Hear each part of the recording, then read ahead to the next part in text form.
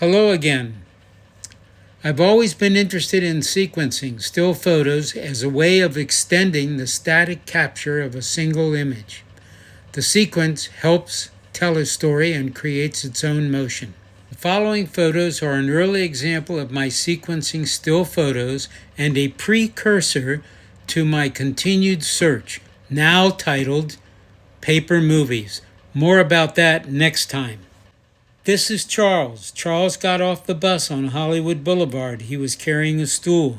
He had just been to the track. He was dressed very smartly.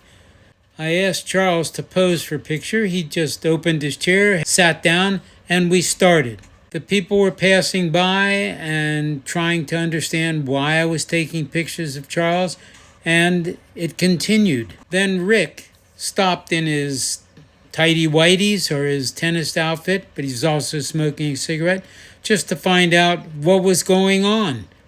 I tried to say we were taking pictures of Charles. He had just come from the track. Then Simon passed by.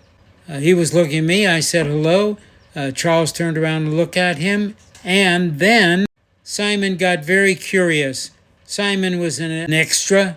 He moved into the frame. Once Simon was in the frame, Charles decided maybe it was time for him to move on. So Charles left and Simon became the subject of my camera. Simon had a really nice shape. That's the end of that particular sequence. This sequence is called Charles, Rick, and Simon. One of my favorites, an early one.